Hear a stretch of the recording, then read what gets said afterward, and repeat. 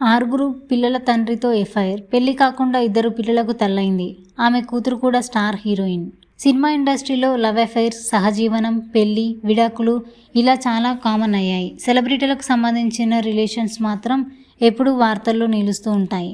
కొంతమంది heroines stardom తెచ్చుకున్న తర్వాత కెరీర్ పీక్లో ఉండగానే లవ్ అఫైర్స్ కారణంగా కెరీర్ పోగొట్టుకున్న వారు, ఇండస్ట్రీకి దూరమైన వారు కూడా ఉన్నారు.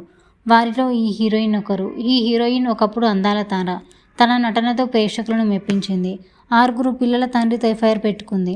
అప్పట్లో ఇదొక సెన్సేషనల్ న్యూస్. ఆ 6 పిల్లల తండ్రిని పెళ్లి చేసుకోలేదు, కానీ అతనితో సహజీవనం చేసింది. పెళ్లి కాకుండానే 2 పిల్లల తల్లి అయ్యింది. ఇంతకు ఆమె ఎవరో తెలుసా? ఆమె కూతురు ఇప్పుడు ఒక స్టార్ హీరోయిన్. ఇంతకు ఆమె ఎవరంటే ఆమె మరెవరో కాదు, అలనాటి అందాల తార పుష్పవల్లి. ఆమె అసలు పేరు కందాల వెంకట పుష్పవల్లి తాయారమ్మ. పుష్పవల్లి 1930 నుంచి 1960 వరకు 40కి పైగా చిత్రాల్లో నటించింది. ఆమె ప్రధానంగా లీడ్ రోల్స్, మిథలాజికల్, సామాజిక చిత్రాల్లో కనిపించింది.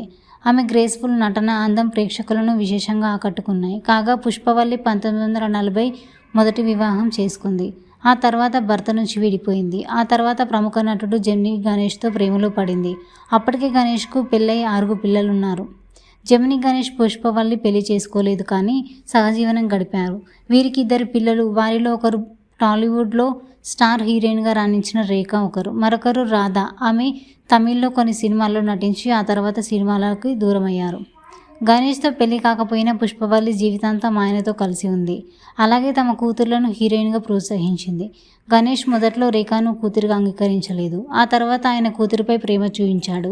ఇక రేఖ కూడా ఇండస్ట్రీలో కొన్ని ప్రేమ కథలు నడిపింది. బిగ్ బాస్ అమితాబ్తో ఆమె ప్రేమాయణం అప్పట్లో హాట్ టాపిక్గా అయ్యింది. ప్రస్తుతం ఆమె పెళ్లి చేసుకోకుండా సింగిల్గా ఉంటోంది.